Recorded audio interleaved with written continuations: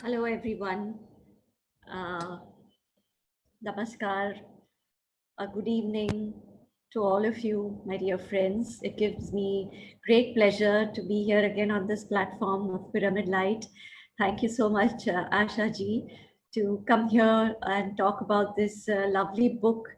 I Am Another You. It's such a spiritual, deeply influencing and enlightening book.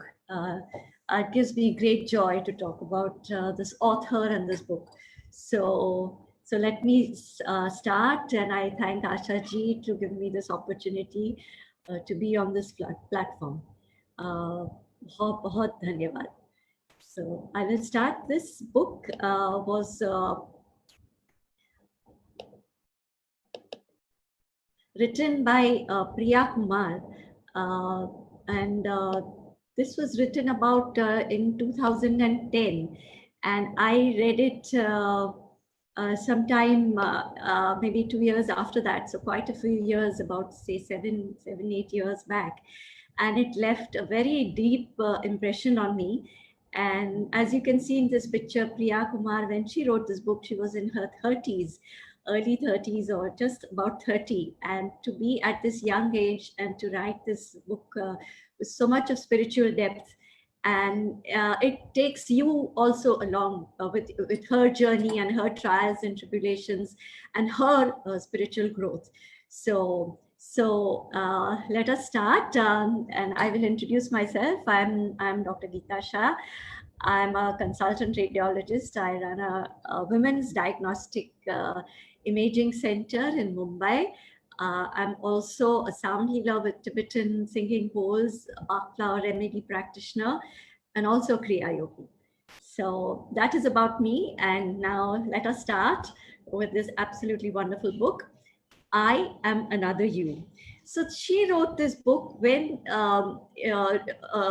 she had undergone a lot of setbacks in her life, and when ever since she says she started writing this book, her life has been transformed forever.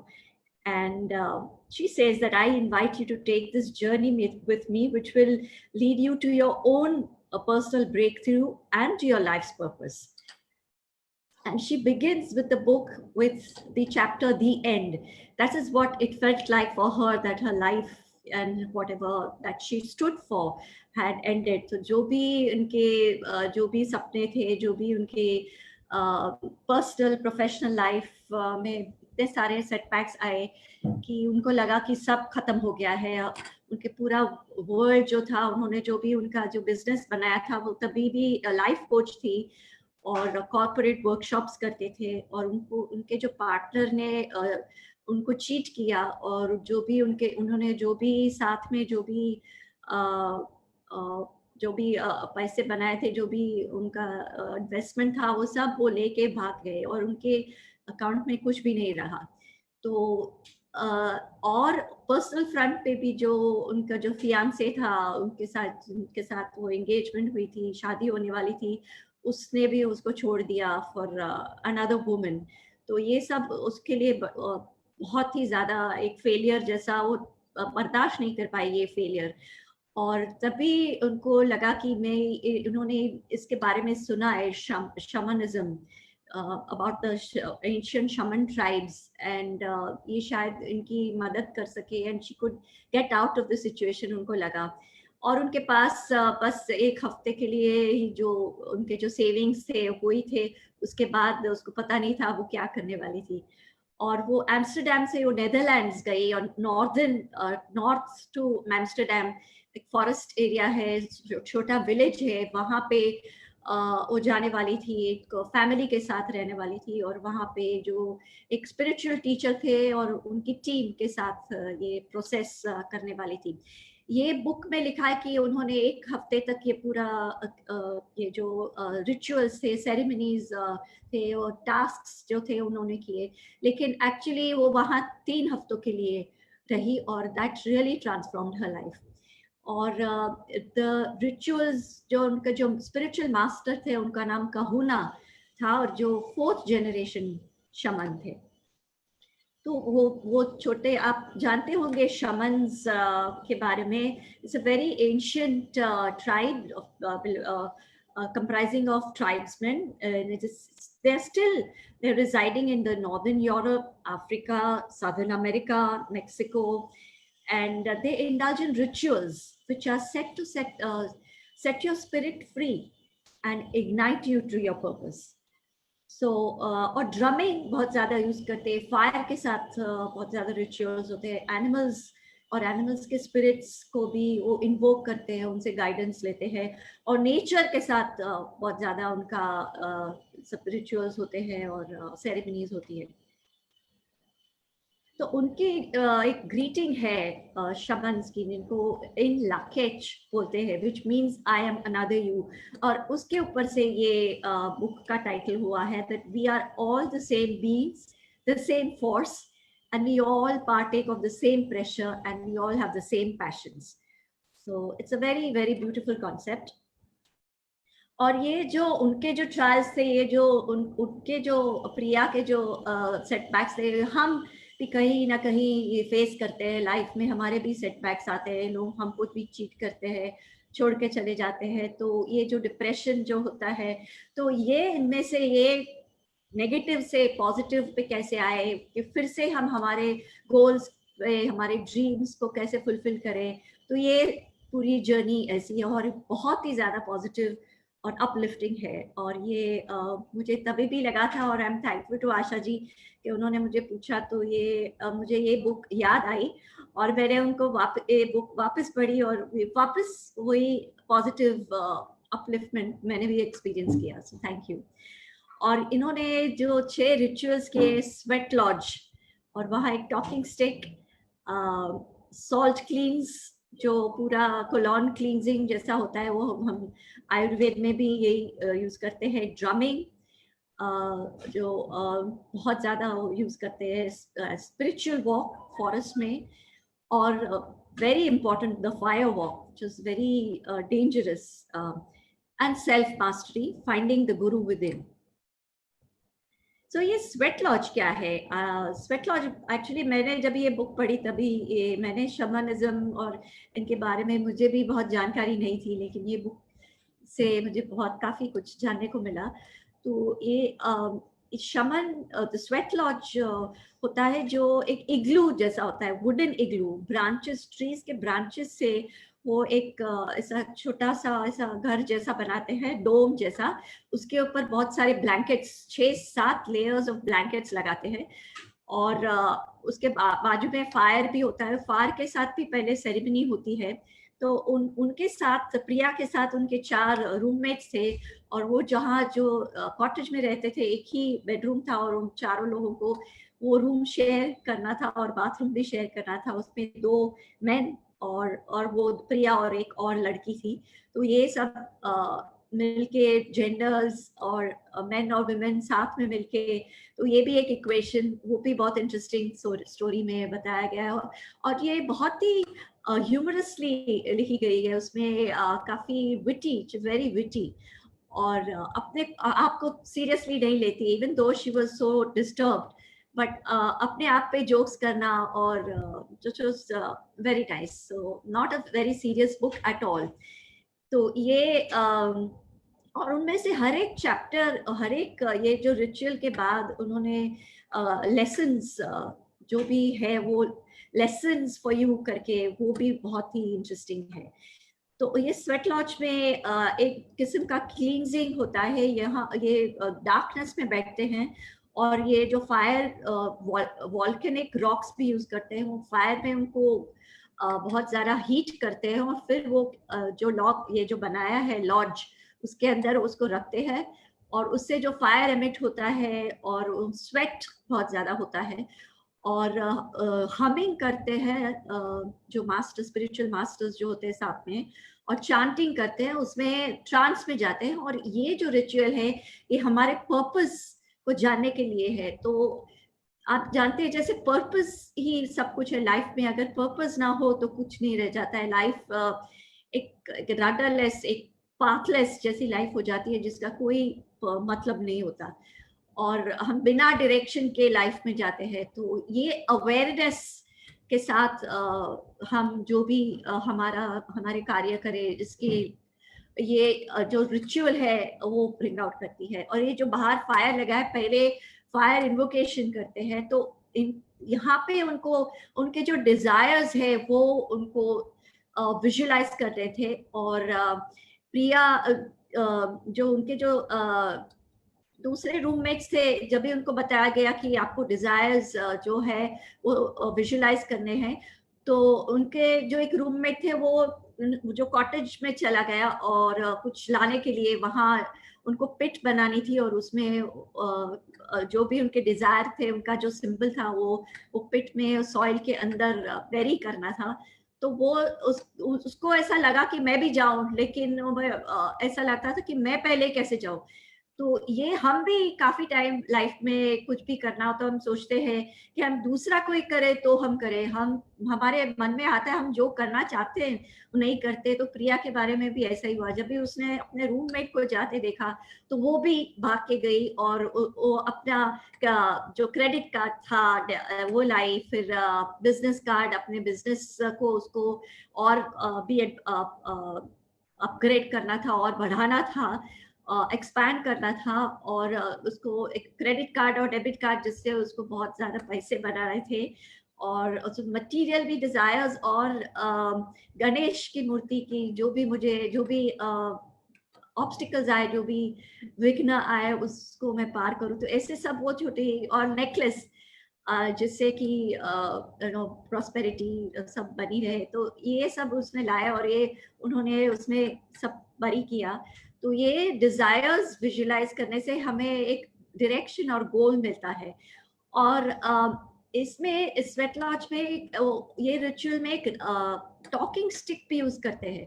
जो talking stick होती है वो actually बनी होती है जो उनके जो लेग बोन है कैट का, उससे उसका स्टिक बनता है, और ऊपर जो रैटल करता है वो मंकी का स्कल होता है। और वो स्कल के अंदर कुछ लूज बोन्स रखते हैं, जिससे जब भी हम शेक करते हैं तो आवाज आती है।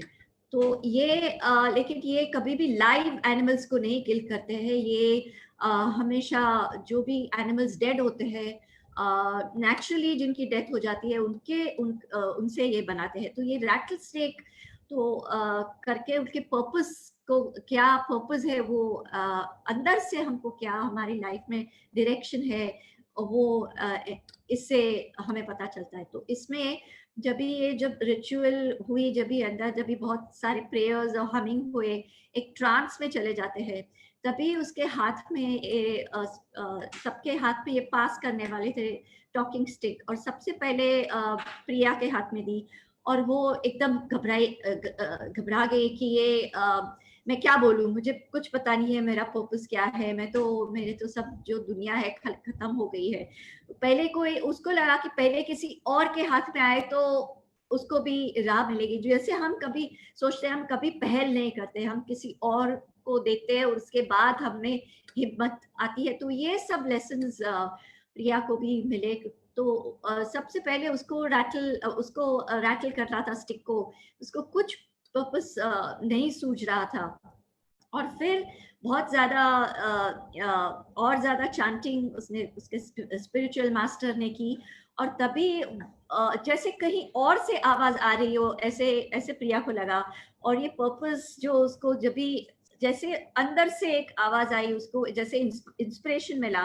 तो ये मैं पढ़ती हूँ कि ये जो उसका पर्पस जो उसको उनको मिला वो इतना ब्यूटीफुल है कि उससे उसको आगे बहुत डायरेक्शन और राह मिली कि किस तरह से अभी मेरी लाइफ जानी चाहिए। तो it just came from within. I was meant to heal people. I was meant to reach out to the entire world, to touch their lives with my spiritual evolution. I was meant to shine and radiate my light with hope and direction, to heal the hearts of those who have stopped believing in themselves. I was meant to be a messenger of joy, of happiness, of abundance. I was meant to be the guardian of goodness, of kindness, and of dignity. My purpose is to bring love and peace through my words, actions, and intentions. It is my purpose to communicate clearly and to use my life in service of the highest good, for the highest number of purposes that there ever will be. I will measure the worth of my life with the quality of the world that I leave behind. I will live in love, and that will be my identity for the world to know. I have found my purpose. I have found myself. बहुत beautiful है ना? तो ये उनको purpose मिला और फिर उनको और 4-5 और प्रेयर्स थे सेशंस थे, लेकिन उनको बताया गया था कि एक सेशन होने के बाद आप बाहर जा सकते हैं, लेकिन ये भी बोला गया था कि अगर आप बाहर जाते हैं तो आप अंदर नहीं आ सकते, लेकिन ये उसको ध्यान में नहीं आया और वो बाहर चली गई। और जब भी ये हमारे लाइफ में भी होता है कि उनको बहुत ज़्यादा जो गर्मी थी, स्वेटिंग हो रहा था और बाहर बहुत ज़्यादा ठंड थी, तो जब भी बाहर ठंड थी तभी उसको अंदर जाना था वहाँ जहाँ वार्मथ थी, और जब भी बहुत ज़्यादा वार्मथ होते तो उसको बाहर जाना था। हमारे भी ऐसा ही है कि हम जहाँ होते हम खुश नहीं है, हमको जो बाहर है वही करना है, और उसको भी यही करना था कि बाहर जाए और थोड़ा टाइम में मैं वापस आ जाऊंगी अंदर। तो ये फिर उनको बताया गया कि एक बार तुम बाहर आ गई फिर अंदर नहीं जा सकती, तो वो बहुत ज्यादा डिस्टर्ब हो गई, बहुत रोई चिल्लाई। तभी उसको बताया गया कि अंदर और बाहर ऐसा कुछ नहीं है, जो भी है वो अभी यहाँ यही है। तो ये उसको लेसन मिला कि जो भी है यहाँ है, और जो अभी का जो पल है, जो भी मोमेंट है, यही एंजॉय करो। और ये भी उसको पता चला, ये भी उनको एहसास हुआ कि जब भी मैं ही रिस्पॉन्सिबल हूँ कि ये इस ब्यूटीफुल जगह पे मैं आई, तो मेरे जो लाइफ में जो डिस्टर्बेंसेस और जो मेस क्रिएट हुआ है उसके लिए भी मैं ही जिम्मेदार हूँ। और जब भी हम हमारे जो भी अच्छा नहीं होता है उसके लिए भी हम रिस्पॉन्सिबल बनते हैं और किसी और को हम नहीं दोष देते हैं, तो फिर हम आगे अच्छे के लिए हम जगह बनाते हैं। तो ये भी एक लेसन मिला। तो ये कि life does not always go your way, and sometimes it is meant for your growth, and you cannot solve the problems from the same place that you created them. You need to go to a neutral ground to find a solution. जैसे प्रिया ने किया कि वो कहीं और गई और कहीं और तरीके से solution उसने निकाला। And it is okay to take a break when you are hurting. And उसको इंडिया में बहुत उनके फैमिली ने और फ्रेंड्स ने सुनाया कि तो इंडिया से तुम नेदरलैंड्स जा रही हो, इंडिया जो स्पिरिचुअल जर्नी के लिए, स्पिरिचुअल अपलिफ्टमेंट के लिए सब लोग यहाँ आते हैं और तुम यहाँ से बाहर जा रही हो। तो ये भी उनको लेकिन शी चोज दैट, और ये भी उनको लेसन मिला कि एक को हम प्रेफरेंस करते हैं, दैट डज नॉट मीन कि हम दूसरे को रिजेक्ट करते हैं। She did what she felt was right at that moment. And if you are alive, there is hope. So where there is life, there is hope, or hope और आशा को कभी नहीं छोड़ना चाहिए, and happiness will always follow. तो ये उनका first day का चैलेंज था, और ये इसमें वो बहुत बड़ा लेसन मिला उसको। और बाहर जो बहुत ज्यादा ठंड थी, तो ये वहाँ एक छोटा पॉन्ड भी था, एक बहुत खूबसूरत जगह थी, एक छोटा कॉटेज था, और बाहर फील्ड्स थे, पॉन्ड थे, जहाँ पे जो लॉज बनाया गया था और सभी जो भी रिचुअल्स होने वाले थे, छोटा वहाँ एक फॉरेस्ट भी था। तो ये वहाँ पॉन्ड में फिर इतनी ठंड में 2 डिग्रीज या 5 डिग्री सेंटीग्रेड में उन्होंने फिर वो जंप किया। जैसे वहाँ उसने देखा कुछ फ्रॉग्स भी जंप कर रहे थे। तो इतनी ज्यादा ठंड को भी झेलना, और वो भी, और जब भी she accepted the cold and she accepted it in her body, that she became okay. और ये भी एक लेसन है कि जब भी हम बहुत गर्मी में होते हैं और या तो बहुत ठंडी में होते हैं, तो ये एक्सेप्ट करना, ये जो टेम्परेचर हमारे, तो हमारा बॉडी ऑटोमेटिकली अडेप्ट हो जाता है। तो ये तो नेक्स्ट डे जो उनका जो चैलेंज था वो सॉल्ट क्लींस था, जो हम we are very used to this, those who have done Ayurveda या स्पा ट्रीटमेंट, जिसमें सॉल्ट क्लींस को नॉन क्लींजिंग होता ही है। तो ये जो था उसमें एक बांध जैसा था, वहाँ पे चिकन के लिए ब्रीड करने के लिए था। वहाँ पे उन्होंने ये सॉल्ट क्लींस रिचुअल किया और वहां पे जग्स रखे थे जिसमें कॉन्सेंट्रेटेड सॉल्ट वाटर था, वो पीना था और फास्ट करना था उस दिन। फास्टिंग भी उसने कभी लाइफ में नहीं किया था, हालांकि वो इंडिया से थी और वहाँ फास्टिंग बहुत ही ज्यादा हमारे कंट्री में लोग करते हैं, लेकिन वो मानती थी कि मैं कभी फास्ट नहीं कर सकती। तो ये भी ये एक है जो हम सोचते हैं कि हम नहीं कर, कभी नहीं कर पाएंगे, वो कर पाना, वो भी एक ग्रोथ है। तो फास्टिंग करना था और ये सॉल्ट लिक्विड पीना था जिससे हमारी पूरी सिस्टम क्लियर हो जाए। और जो बाथरूम्स और जो क्यूबिकल्स, टॉयलेट क्यूबिकल्स बनाए थे, वहाँ नॉर्मल टॉयलेट्स क्यूबिक कमोड्स वगैरह नहीं थे, वो छोटे से ऐसे मेकशिफ्ट क्यूबिकल्स बनाए थे और कंटेनर रखा था जिसमें उनको रिलीव करना था। तो ये बहुत ही डिफिकल्ट था टू गेट यूज टू। और ये जब भी उन्होंने जो पानी पीना शुरू किया तो उन्होंने बार बार सब उनके साथ जो चार उनके जो रूममेट्स थे सभी को वो यूज करना पड़ा, वो छोटे छोटे क्यूबिकल्स और वो जो कंटेनर में अपने आप को रिलीव करना और वो कलेक्ट करना। तो ये बहुत ही मुश्किल और एक डिस्गस्टिंग जैसा डर्टी जो फीलिंग आती है, तो ये इससे इसको भी एक्सेप्ट करना, ये लेसन था कि अ, हम फूड और जो उसको बहुत ही अच्छा सेलिब्रेशन मानते हैं और उसको ग्लोरी ग्लैमर देते हैं, लेकिन जो दूसरा जो प्रोसेस है जो हम एक्सक्रीशन का, वो भी इतना इम्पोर्टेंट है, बट उनको हम नकारते हैं और हम एम्बैरस होते हैं, उसके लिए हम अपोलोजेटिक होते हैं, but both are very essential processes. वो एक two actually both sides of the same coin. हम अगर हम नहीं न्यूट्रिशन नहीं लेते हैं तो भी लाइफ को खतरा है, और अभी ये प्रोसेस भी जो रिलीफ करना एक्सक्रीशन का जो भी प्रोसेस अगर बंद हो जाए तो भी लाइफ के लिए टॉक्सिसिटी बढ़ती है, वो लाइफ के लिए वो भी कंड्यूसिव नहीं है। They are part of the same coin, they are two sides of the same coin, और everything is important for the cycle and sustenance of life.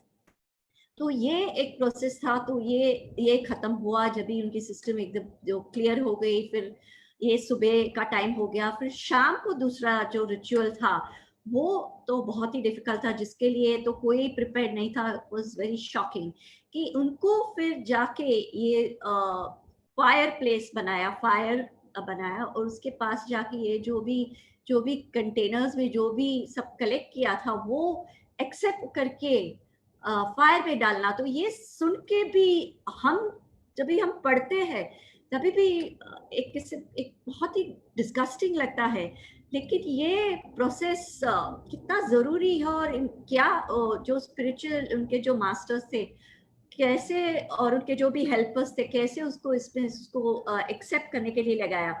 और ये जो प्रोसेस था उसमें उनको जो भी वो कंटेनर्स जो ड्रमिंग के साथ, शमन्स ड्रमिंग भी बहुत करते हैं, ड्रमिंग के साथ ट्रांस में जाते हैं। तो ये ड्रमिंग के साथ ये करना था कि ये जो वेस्ट था जो कलेक्ट किया था, किसका वेस्ट था वो पता नहीं, जो हमको कलेक्ट हाथ में उसको एक्सेप्ट करना था और फोरहेड पे लगा के फायर में निकालना था।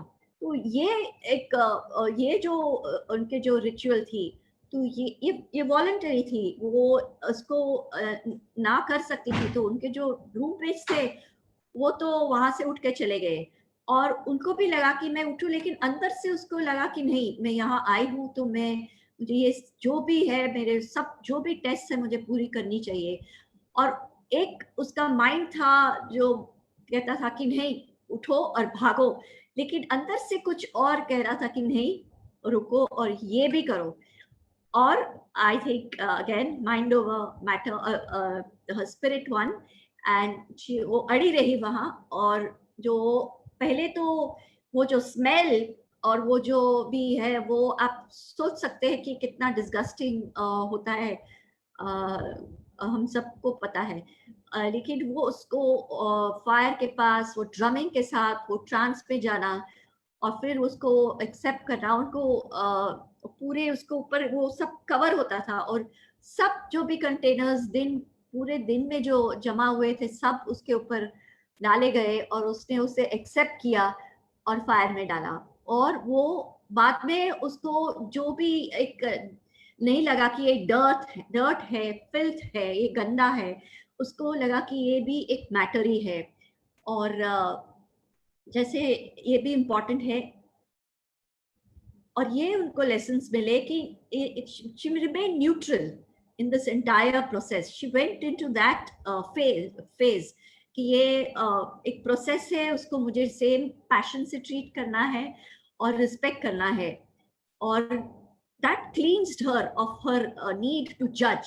हम कंपेयर करते हैं, जज करते हैं, क्लासिफाई करते हैं, लेकिन ये जब भी हमको झेलना पड़ता है, जैसे हमारी वजह से किसी और को क्रैप मिलता है, किसी और को नुकसान होता है, और किसी और का क्रैप हमको मिलता है, हमको सुनना पड़ता है, तो ये लाइफ है।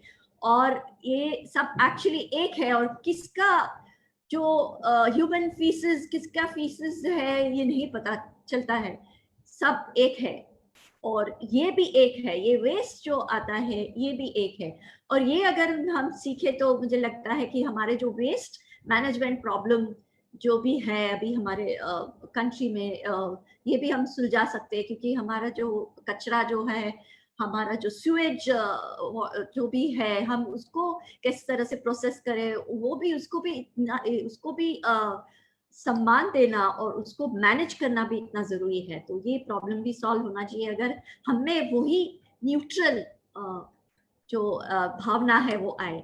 तो ये she got cleansed of the need to judge, compare and classify, और वो जो रिलीज वेस्ट किया, तो वो she let go of all the blame, all the judgment, all the grudges and all the bitterness, and she really felt I am another you, I am no different, and if I can be then you can too। और ये भी उनको सीख मिली कि मास mentality से जब बाकी सब भाग गए, लेकिन वो जब भी उनकी जो अंदर की जो उन्होंने अंदर की बात मानी, उनके कॉन्शियंस की, और वो अड़ी रही, तो ये that to follow your purpose takes character and courage, and to do this sort of a challenge takes really great courage. Hats off to her, because that leads you to your own liberation and tremendous growth। I don't know हम में से कितने लोग इस तरह की challenge कर पाएंगे। तो ये इसमें भी she was successful। और तो उनको बहुत ज्यादा लोगों ने अप्रिशिएट किया, और उसके बाद ये होने के बाद उसको टब में एक उसको पानी से उसको पूरा वॉश किया, फिर वो जो भी ऐश था फायर का वो उससे उसको रब किया, और वो रिचुअल्स में जो सेज हर्ब होता है, सेज उनके फ्यूम्स भी बहुत यूज करते हैं ऑरा क्लींजिंग के लिए, तो उससे उसको क्लींस किया, और पूरा तो वो उसमें से सब पूरी क्लींस और प्योरीफाई होके जैसे बाहर आई। तो ये एक रिचुअल था, और फिर उसमें भी वो कामयाब रही और बहुत ज्यादा उसकी ग्रोथ हुई। और जो नेक्स्ट जो रिचुअल था, ड्रमिंग का रिचुअल था, और ये रिचुअल सिर्फ मेन के लिए था, लेकिन प्रिया ने कहा नहीं मुझे तो करना है, मैं तो यहाँ आई हूँ, मैं सब करूंगी। और तो उन्होंने तो जिद पकड़ी कि ये मेन के लिए भी होगा, लेकिन मुझे करना है, तो बोला ओके ठीक है। उसको अपना ड्रम खुद को खुद बनाना पड़ेगा, और उसके लिए जो एनिमल से ड्रम बनता है वो खुद चुनना पड़ेगा। तो पहले तो वो बहुत डर गई कि मैं वेजिटेरियन हूँ, मैं इंडिया से हूँ, मैं एनिमल लवर हूँ, और मैं बहुत सारे ऑर्गेनाइजेशंस में हूँ, prevention of cruelty to animals, तो मैं ये कैसे कर सकती हूँ। लेकिन उनको फॉरेस्ट में जाके जो भी नेचुरल ही डेड जो एनिमल्स होते हैं उनको चूज करना था। तो ये जब भी उनको समझ में आया तो लगा ओके ठीक है, तो देन इट्स ओके। तो वो साथ में उनके साथ गई, और फॉरेस्ट में तो इनके जो साथ थे उनको फॉक्स मिला, उनको डियर मिला, और तो वो भी चाहती थी कि मुझे ऐसे ही कोई एग्जॉटिक एनिमल मिले।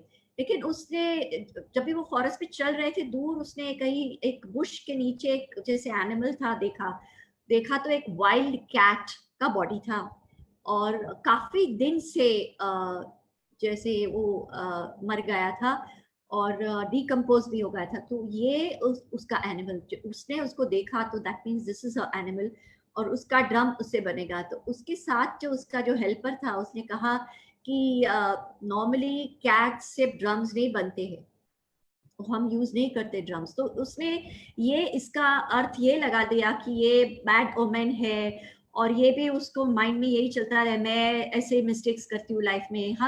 हम भी ऐसे काफी हम कुछ ऐसे चूज करते हैं, और जो अगर ठीक नहीं है तो हम अपने आप को कोसते हैं, दूसरे को कोसते हैं, उसने मुझे बोलना चाहिए था कि ये एनिमल चूज करना है, ये एनिमल बैड ओमेन है। एक्चुअली उसने ये वर्ड यूज नहीं किया था कि ये बैड ओमेन है, लेकिन ये हमारी किस तरह की सोच है उसको रिफ्लेक्ट करता है। हम इमीडिएटली ब्लेम करना शुरू कर देते हैं। और तो उसने भी यही किया कि ये उसने मुझे बताना चाहिए था, और मुझे ये बाकी सबको इतने अच्छे कंपेयर करते हैं, बाकी सबको कितने अच्छे एनिमल्स मिले, मुझे ऐसे डिकम्पोज किया हुआ एनिमल मिला, और उनकी गलती थी, उनको मुझे ऐसे पहले क्यों नहीं बताया, इस तरह का सोच। तो तो अभी उसके हेल्प करने बोला कि नहीं, ये तो अभी तुम्हारा एनिमल इससे ही बनेगा, लेकिन देखते हैं हमारे मास्टर क्या बोलते हैं।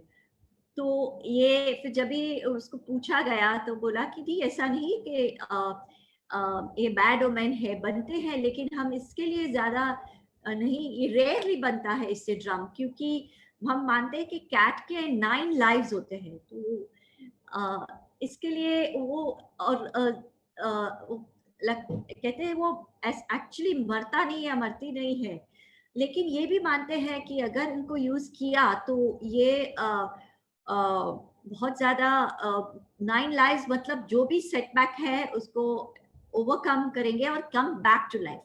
तो ये उसका सिंबॉलिक मीनिंग है, और ये कभी नहीं हम बिना जाने बिना समझे हम लोगों को कोसते हैं, अपने आप को कोसते हैं। तो ये भी उनको लेसन मिला कि ये ऐसा नहीं करना चाहिए, टू क्लैरिफाई फर्स्ट। तो तो फिर ये जब भी ये एनिमल्स मिले तो उनको बोला गया कि ये इसका ड्रम अभी उसको स्किन करके उसका ड्रम बनाएंगे, और वो तुमको नहीं करना है। तो that was good for her. और जो रात को जो रिचुअल होने वाला था ड्रमिंग का, उसके लिए उसको प्रिपेयर करना था।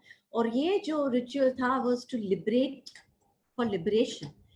और ये एक किस्म का जो था, again there was a fireplace, and they were playing, there were lots of drummers who were playing, and उसमें ये रिचुअल में यू काइंड ऑफ इसमें जो जिस तरह से लिखा है कि you lose, you kind of you die, and you be in a space where there's, you feel that you are not there anymore. और ये इन लोगों के लिए हैं जिनको उनको पर्पस रिकग्नाइज करना होता है, और specially for a man, because they have to go through so many relationships, और उनको सर्कमस्टांसेस उनको फुलफिल करना होता है।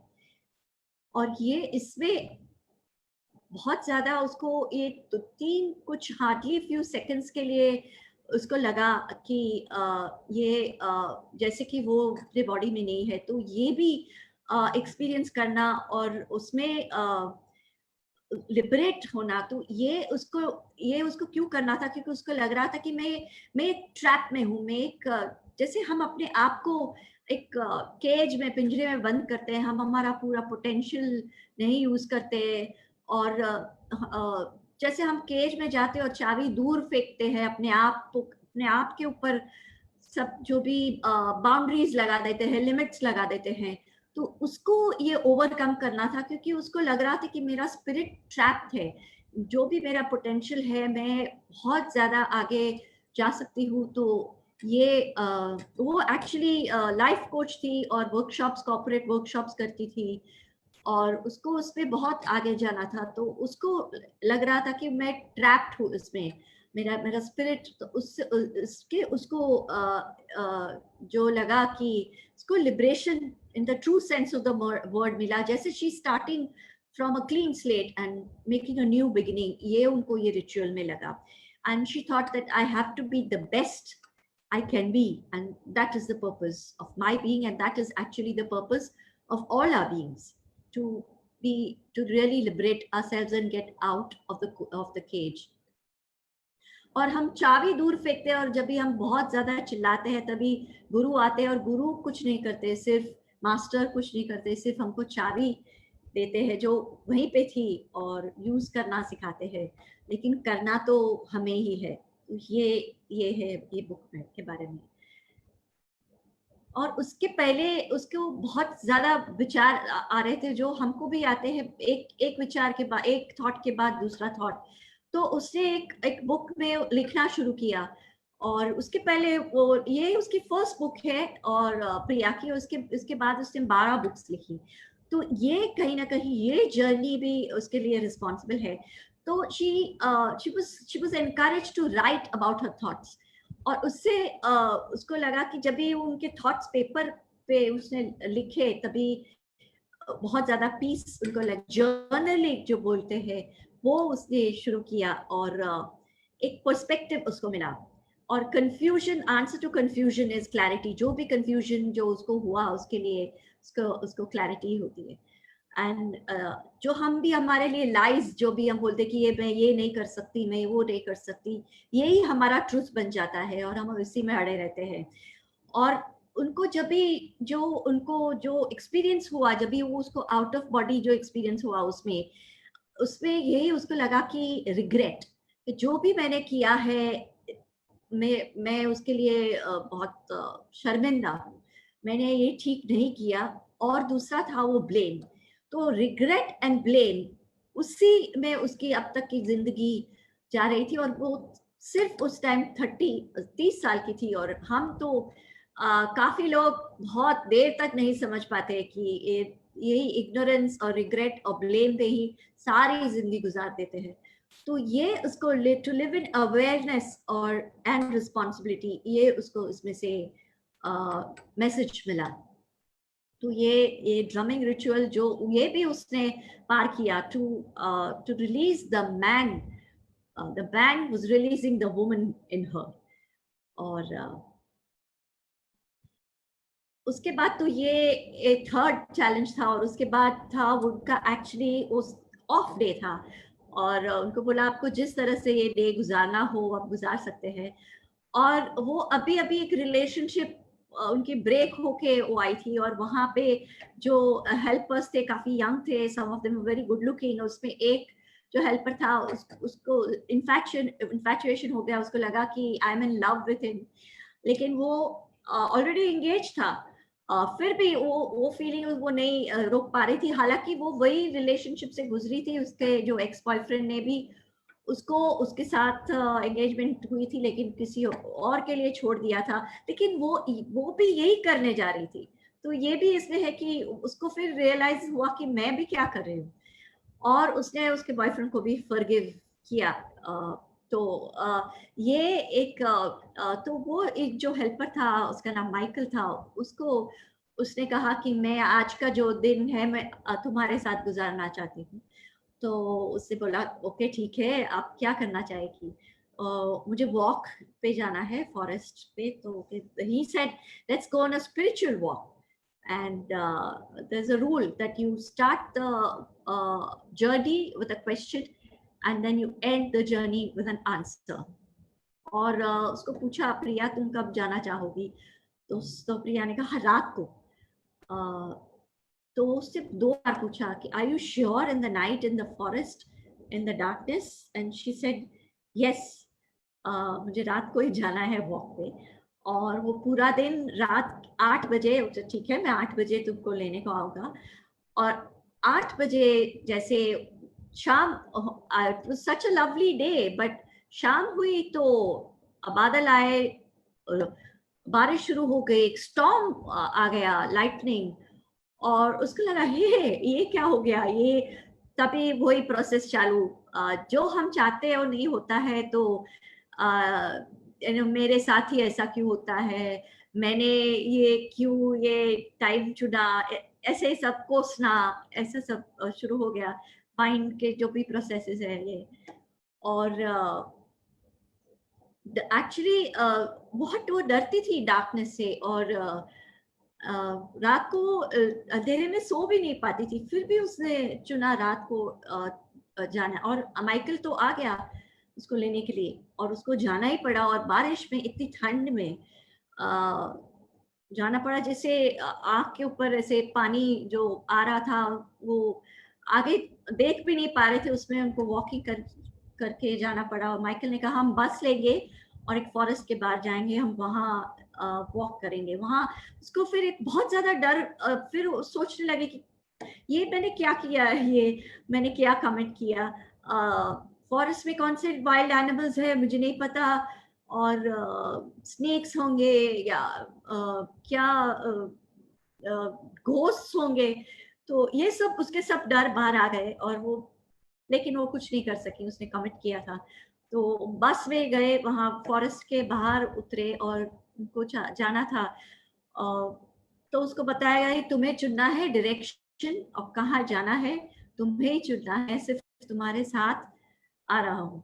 और उसने चूज किया। वहां पे बहुत ज्यादा जो भी एनिमल्स की आवाज होती थी, बैट्स होते थे, तो वो चिल्ला के वो जंप करती थी माइकल के ऊपर। एक बार तो वो गिर गया, और इसे 2-3 बार किया, और she kept saying sorry sorry.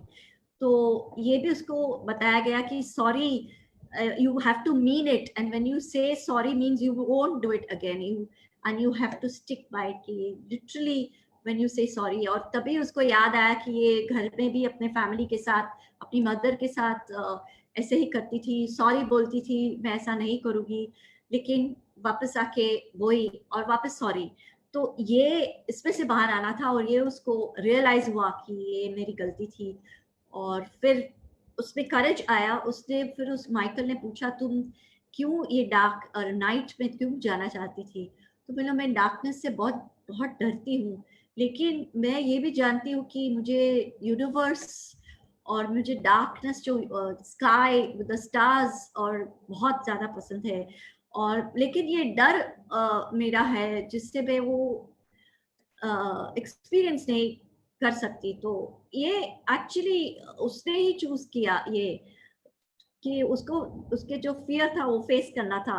और सो face your fear, so darkness was a fear, and she wanted her, and she was asked that what do you really want after this? So I want my spiritual path to lead me to that door which opens to a more intelligent and compassionate world. And only if you know more can you become more. Only if you surpass your limitations and your fears, you face your fears, can you grow more. And you have to free your spirit from all the mindless impositions and all the fears. Or and then she understood that darkness एक phase है, और darkness temporary है, transient है। उसके बाद sunrise होता है और डे होता है, और उसके बाद वापस डार्कनेस होता है। एंड जब ये रियलाइज हुआ तो she felt at peace and she felt confident and she started leading the walk तभी। और तभी उसको क्वेश्चन पूछा गया कि ये जर्नी हमको क्वेश्चन से शुरू करनी है, तो तुम्हारा क्वेश्चन क्या है?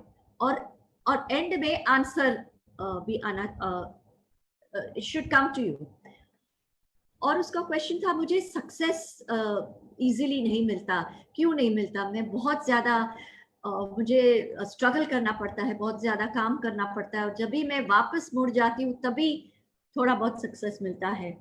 तो उसको पूछा गया सक्सेस का मतलब क्या है? तो उसको आंसर मिला कि if my work was serving my spiritual growth and also liberating others in the bargain, then I'm successful. I don't have to go by the others yardsticks of being successful. तो ये lesson था उसके लिए। और ये भी पूछा गया कि जब भी उसको ये रियलाइज हुआ, स्टॉर्म अपने आप बंद हो गया और स्काई क्लियर हो गया, और उसको जो स्काई उसको फैसिनेशन था, जो स्टार्स और गैलेक्सीज जो इतना उसको क्लियरली दिख गया। और हम अपने स्टॉर्म्स खुद क्रिएट करते हैं। और जब भी वो वॉक शुरू किया, तभी माइकल ने उसको पूछा कि ये तुमने स्टॉर्म क्यों किया, तुमने क्रिएट किया स्टॉर्म? तभी वो समझ नहीं पाई कि ये मैंने स्टॉर्म कैसे, बारिश हुई, स्टॉर्म हुआ, लाइटनिंग, मैंने कैसे क्रिएट किया? लेकिन हमारे स्टॉर्म्स हम खुद क्रिएट करते हैं। जहाँ हमारा हाईएस्ट लेसन होता है, वही हमको स्टॉर्म जरूरी लगता है टू रियलाइज द काम। स्टॉर्म निकलता है तभी calmness आती है। So confronting what you fear the most and allowing it to exist just as you do, is moving beyond the storm. And love is growth, compassion, evolution, lessons, allowing. Love is granting life to be. So this is what she realized. And I was in love, and I was in love with myself. I was in love with all there was to be. And she realized she was not in love with him, with that boy, but she was in love with him, love with herself. And she realized the true essence of the word love. तो ये भी successful रहा उसकी test. और उसके बाद का जो टेस्ट था वो फायर पे वॉकिंग करना. I don't know if friends you have experienced this or you've heard about it, but I've heard about it. And Priya Kumar also conducts fire walks, and she in Bombay, I've heard of her workshops. I have not experienced myself, but ये journey के आने के पहले 4 साल पहले उसने walk किया था फायर पे, और चली थी, और इंजरीज भी हुई उसके फीट पे. लेकिन उसके फ्रेंड्स को उसने झूठ बोला कि उसने इंजरीज हाइड की, कि नहीं मैं चल पाई फायर पे. तो ये अभी जो ये लाई जो उसने गोली की थी, तो ये उसको पता लगा कि ये ठीक नहीं किया मैंने. और तभी से वो फायर टेंडिंग करने लगी. उसने फायर वॉक नहीं किया, लेकिन टेंडिंग द फायर, जैसे जो हेल्प करते हैं फायर को बनाने में, फायर बेड बनाने में, जिसके ऊपर लोग चले, तो ये वो करती थी. और फायर, लेकिन उसके मास्टर ने काहुना ने कहा कि ये फायर वॉक तुम्हें कंडक्ट करना है और तुम्हें प्रिपेयर करना है लोगों को. तो ये what is fire walking actually? So it is actually, if you see, fire is the only element that stands for transformation. When you pray upon the fire and walk on it, you become the fire. क्यों हमारे यज्ञ और सब fire हम दिया जलाते हैं, क्यों? और इसमें हम जो भी यज्ञ पे हम ओब्लेशंस देते हैं, ऑफर करते हैं, वो ट्रांसफॉर्म हो जाता है. जो भी हम फायर में डालते हैं, जैसे वुड का ऐश बनता है, जो भी उनके मॉलिक्यूलर स्ट्रक्चर जो होता है फायर के पहले, फायर के बाद ट्रांसफॉर्म कंप्लीटली डिफरेंट हो जाता है. कार्बन बन जाता है, ऐश बन जाता है, और डायमंड्स भी कार्बन है. So from wood to diamond, and that journey is by offering yourself, offering to the fire. So we have to, ये हमारे अंदर भी जो भी डिजेशन प्रोसेस है, अग्नि है हमारे अंदर भी, जठार अग्नि बोलते हैं. ये भी ट्रांसफॉर्मेशन, फूड जो भी हम खाते हैं वो भी एक फायर अंदर है, जिससे पूरा ट्रांसफॉर्म होके हमें एनर्जी देता है. तो ये फायर के ऊपर हम प्रेयर करते हैं, आप अपने आप प्रेयर बन जाते हैं. The purpose of the fire walk is to demonstrate that when you make up your mind and take action, your body follows. और ये जब भी माइंड स्ट्रांग हो जाता है, तो बॉडी अपने आप अडेप्ट होता है. जो भी फायर वॉकिंग के लिए जो भी बॉडी को जो भी चेंजेस करने होते हैं, वो अपने आप बॉडी अपना करता है. जैसे स्वेटिंग, फीट पे आ जाना, एड्रेनलिन वगैरह सिक्रीट करना, पल्स वगैरह, हार्ट रेट फास्ट होना, परस्पायर होना. तो ये सब अपने आप होता है जब भी माइंड हमारा सेट होता है. So it is mind over matter, and it is when you match the spirit of the fire that your spirit is set free. और ये जो भी मास्टर जो भी ये लीड करता है, उसके ऊपर डिपेंड करता है कि जो भी पार्टिसिपेंट्स होते हैं उनको कैसे लीड करें, उसको कैसे प्रिपेयर करें कि वो फायर पे चल सके. और जब भी वो ये स्पीच बना, जब भी वो स्टार्ट करने वाली थी फायर वॉक भी उनके हेल्पर्स थे, उन्होंने कर लिया था.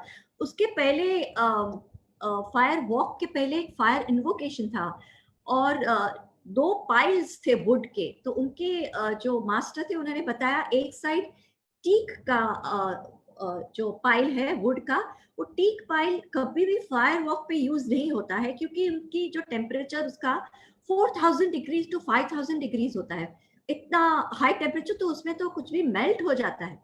तो ये फायर वॉक के लिए कभी यूज नहीं होता है. इसको हम फायर इनिशिएशन जो भी उनका जो फायर वॉक के पहले था, उसके लिए ये यूज होता है. और फायर वॉक के लिए पाइन वुड का पाइल जो दूसरी तरफ था, ये यूज करने वाले थे, उसका टेम्परेचर 2000 डिग्री सेंटीग्रेड होता है, तो उसमें उसके लिए फायर वॉक ठीक होता है और कर सकते हैं लोग, लेकिन टीक के ऊपर नहीं करते। तो ये उसके जो हेल्पर्स थे उसको उसने इंस्ट्रक्शंस दिए, और जब ये फायर बना और वो जब स्पीच थे, जो विलेजर्स जो आए पार्टिसिपेट करने के लिए, वो इंग्लिश नहीं जानते थे, तो उनको ये भी बहुत ज्यादा एंजाइटी हो गई कि ये मैं कैसे करूं, ये तो, और ये फायर पे चलेंगे, और वो मैं जो बोलने वाली हूँ वो ये समझ भी नहीं पाते।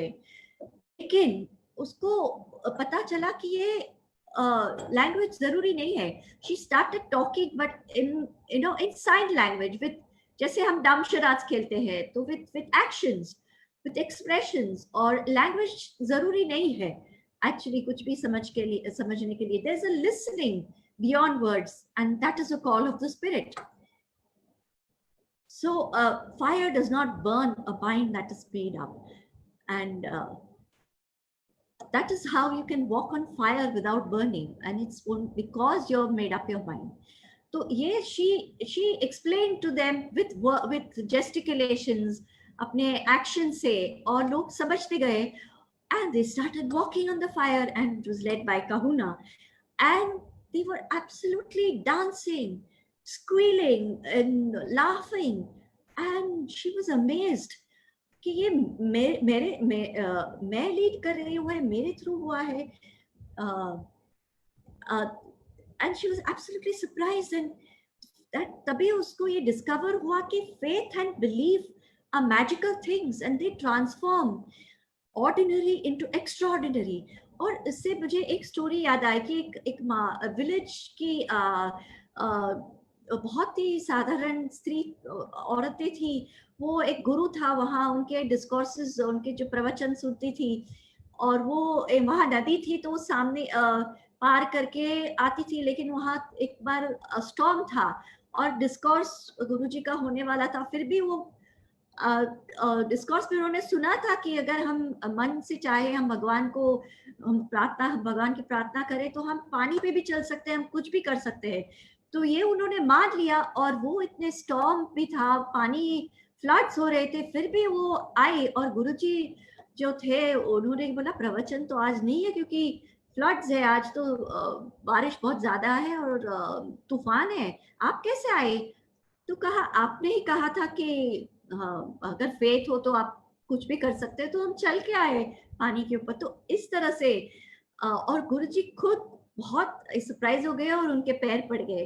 तो ये फेथ है और बिलीफ है. तो इससे, और जब भी वो अंदर गए, कुछ और उनको बताया गया कि ये और वो चलते गए सब लोग, कितने कुछ 20-25 लोग थे जो विलेज से आए थे, और कितनी बार वो इस फायर के ऊपर चले.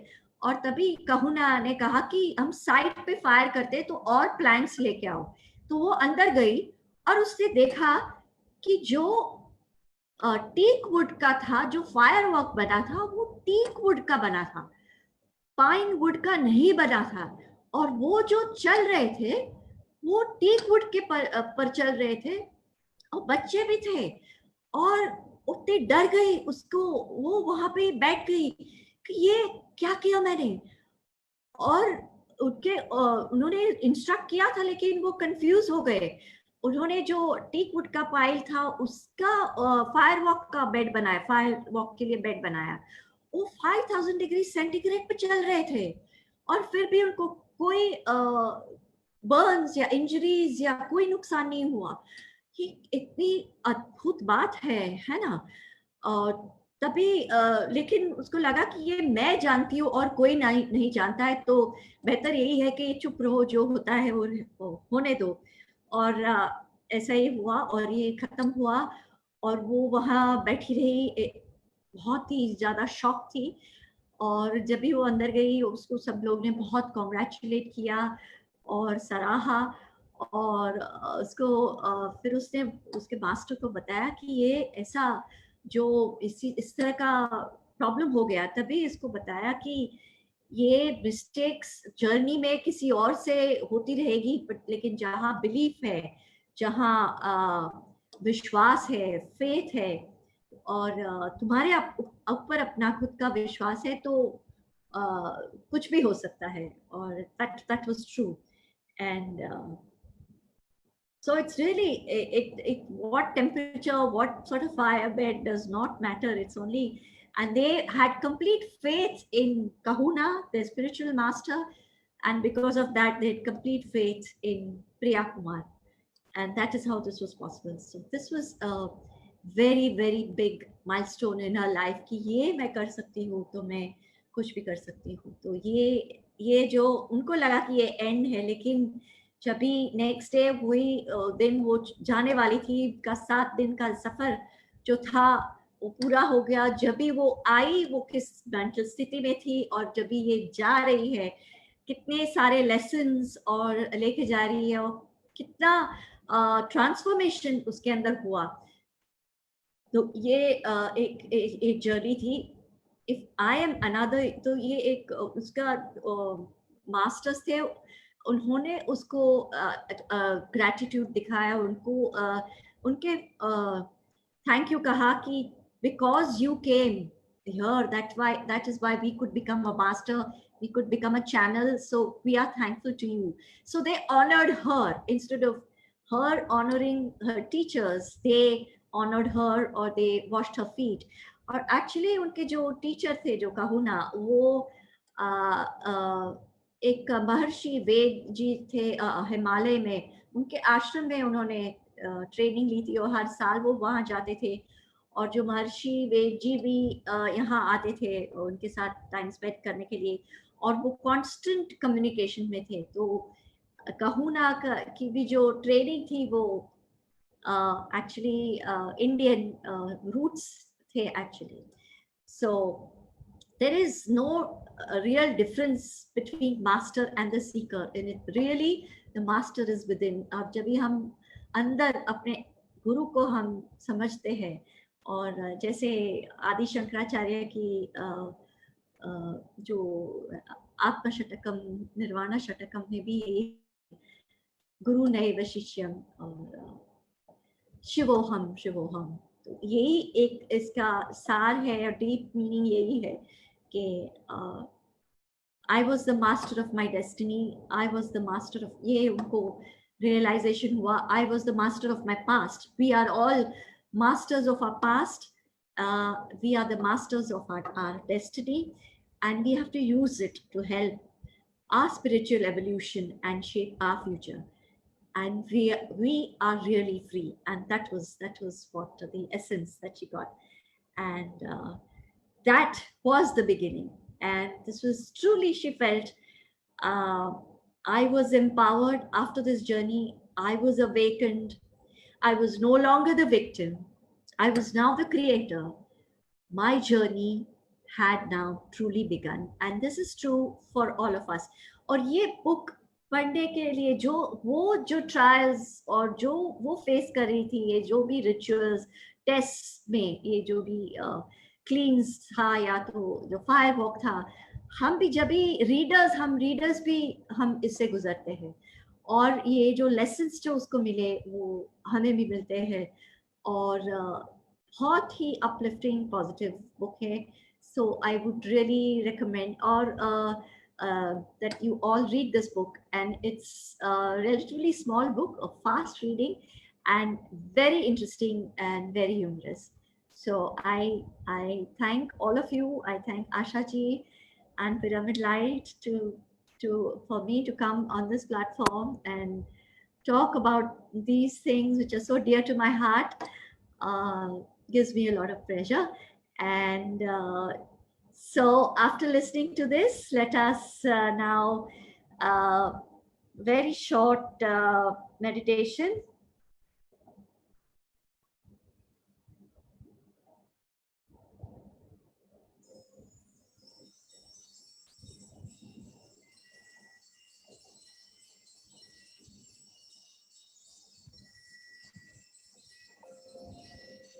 ये जो भी हमने सुना, हम अपने आप के अंदर उसको ग्रहण करें, उसके ये लेसन्स हम अपने आप में बसा लें. और जैसे हमने देखा कि ये जर्नी, ये जो एब्सोल्युटली वंडरफुल जर्नी है, इसको हम जॉयफुल बनाए, ना कि हम कंप्लेन करें। जब भी हम, जैसे मेरे ही केस में जब भी लॉकडाउन हुआ, तभी मेरा क्लिनिक बंद था, तभी मैं कहीं और सिटी में फंस गई थी और मेरा क्लिनिक बंद करना पड़ा। तभी मुझे कोरोना वॉरियर बनना था, ये सब पीपी सूट पहन के काम करना था, मुझे भी वो फ्रंट लाइन पे जाना था। लेकिन जब भी मैं आई और शुरू किया, और जब भी एक्चुअली मैं फ्रंट लाइन पे हूँ, तभी अभी लगता है अभी बस हो गया। लेकिन नहीं, इससे जो भी सिचुएशन में हम आते हैं, उसको हमको एंजॉय करना है। वही जो प्रेजेंट मोमेंट को जॉयफुल बनाना है, वंडरफुल बनाना है, वो पूरी तरह से जीना है, ना कि पास्ट में या फ्यूचर में। जो भी मिलता है, कभी कभी हमको क्रैक भी मिलता है, गंदगी भी मिलती है, उसे हम सर आंखों पे लगाए और उसको जिंदगी के फायर में हम अर्पण कर दे। ये यज्ञ है, ये फायर, ये हमारा जो भी कर्म है, एक यज्ञ है एक किस्म का, उसमें हम उसको ऑफर कर दे।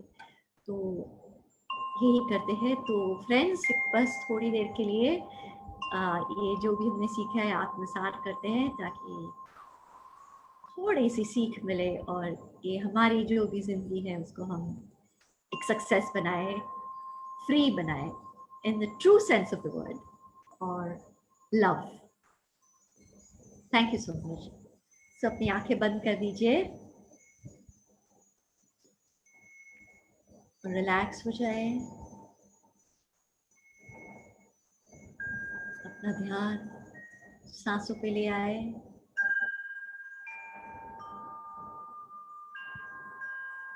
धीरे धीरे सांस अंदर ले,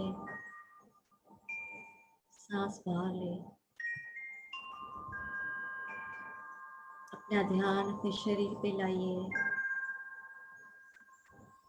जो भी पार्ट है जो टेंस है, पेन कर रहा है, कॉन्शियसली उसको रिलैक्स कीजिए।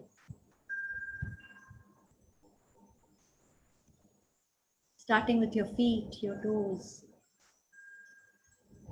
अपने toes और feet को रिलैक्स कीजिए।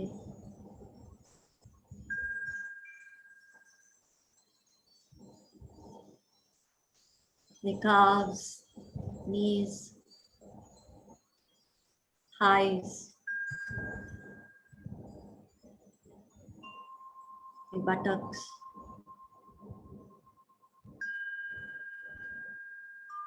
pelvic area, इसको completely रिलैक्स कीजिए। अपने abdomen area, chest, रिलैक्स कीजिए।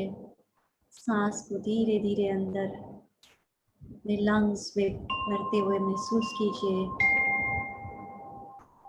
और बाहर छोड़ते हुए महसूस कीजिए।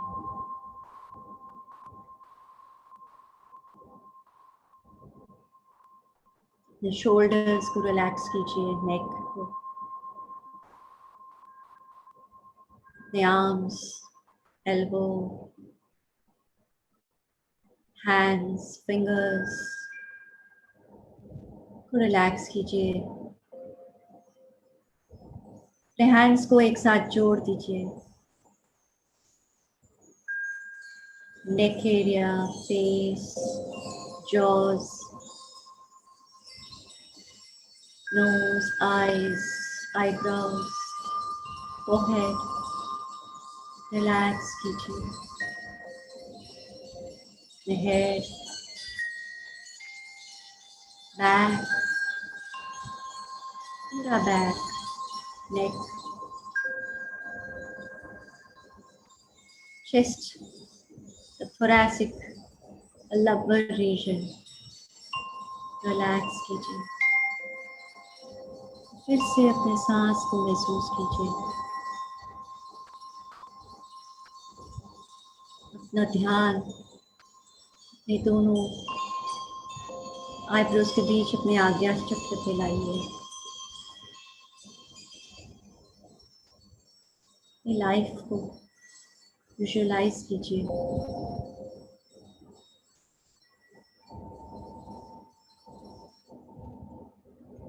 सांस के ऊपर फिर से ध्यान दीजिए।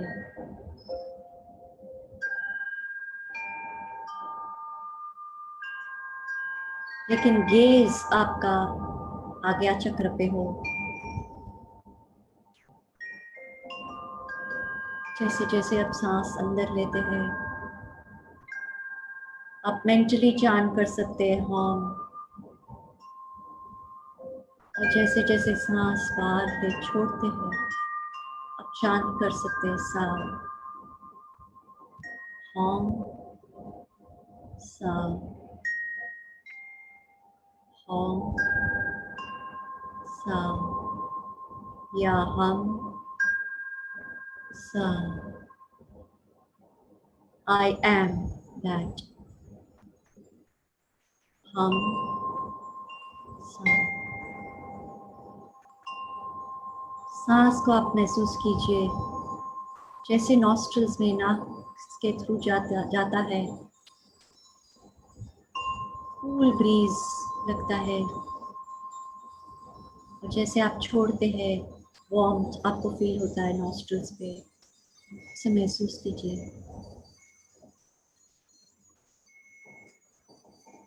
Don't try and control your breath. Just let it come automatically. Hum, hum, sa, hum, sa। धीरे धीरे आप महसूस करेंगे आपके थॉट्स कम होने लग गए हैं, आपका माइंड एम्प्टी हो रहा है।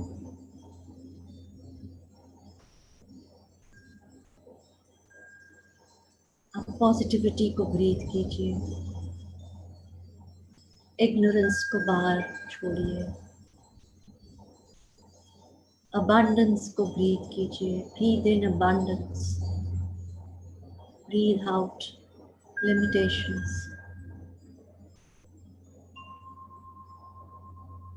Breathe in love.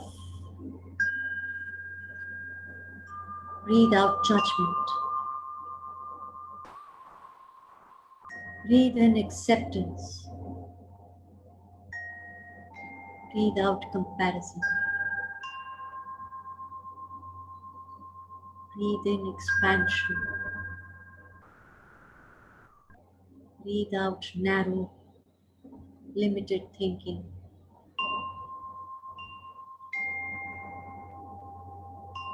Breathe in prosperity. Breathe out miserliness.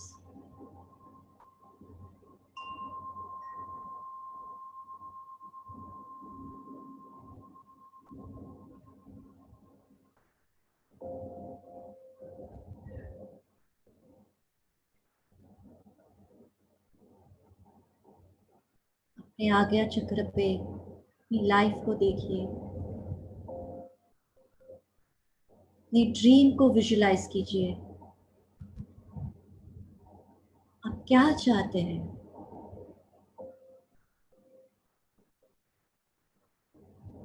अपने स्पिरिट, अपने अंदर कॉन्शियस, अपनी आत्मा को पूछिए, क्या आप वही जिंदगी जी रहे हैं जो आपका ड्रीम है?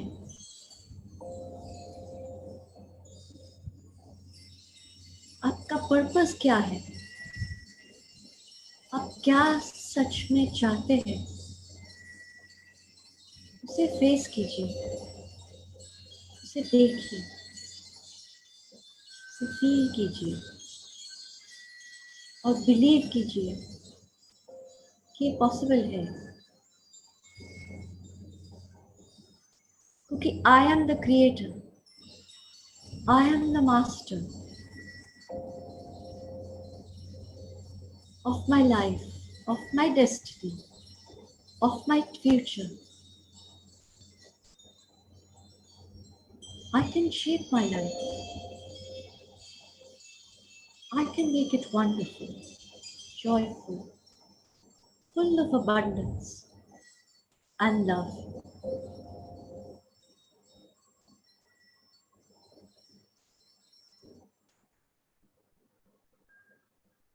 थोड़ा भी डाउट हो उसको छोड़ दीजिए.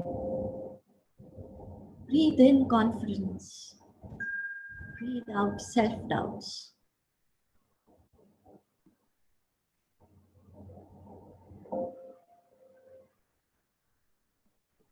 Breathe in self-love. Breathe out feeling unworthy.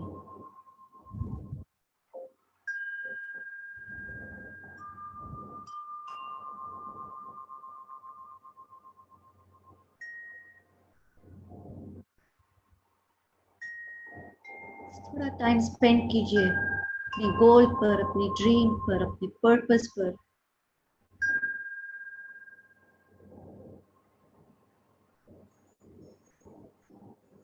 और ये अफर्म कीजिए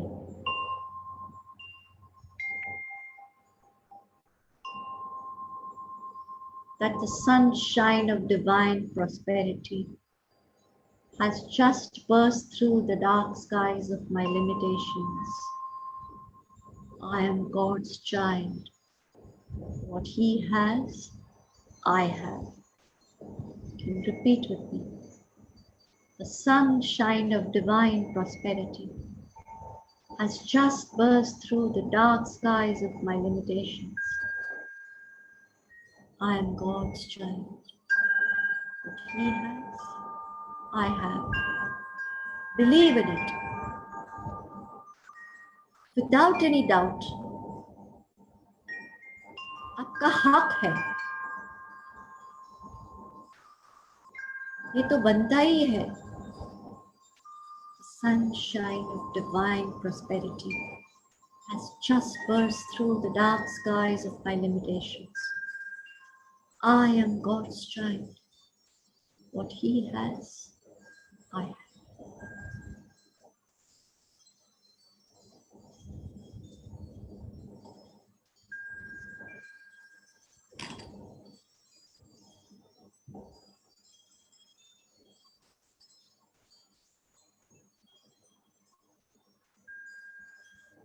Thank you, friends, for your patient hearing. Thank you so much for inviting me, Asha ji. तहे दिल से शुक्रिया अदा करती हूँ आपका. And I would really like to meet all of you sometime when this pandemic ends. Goodbye.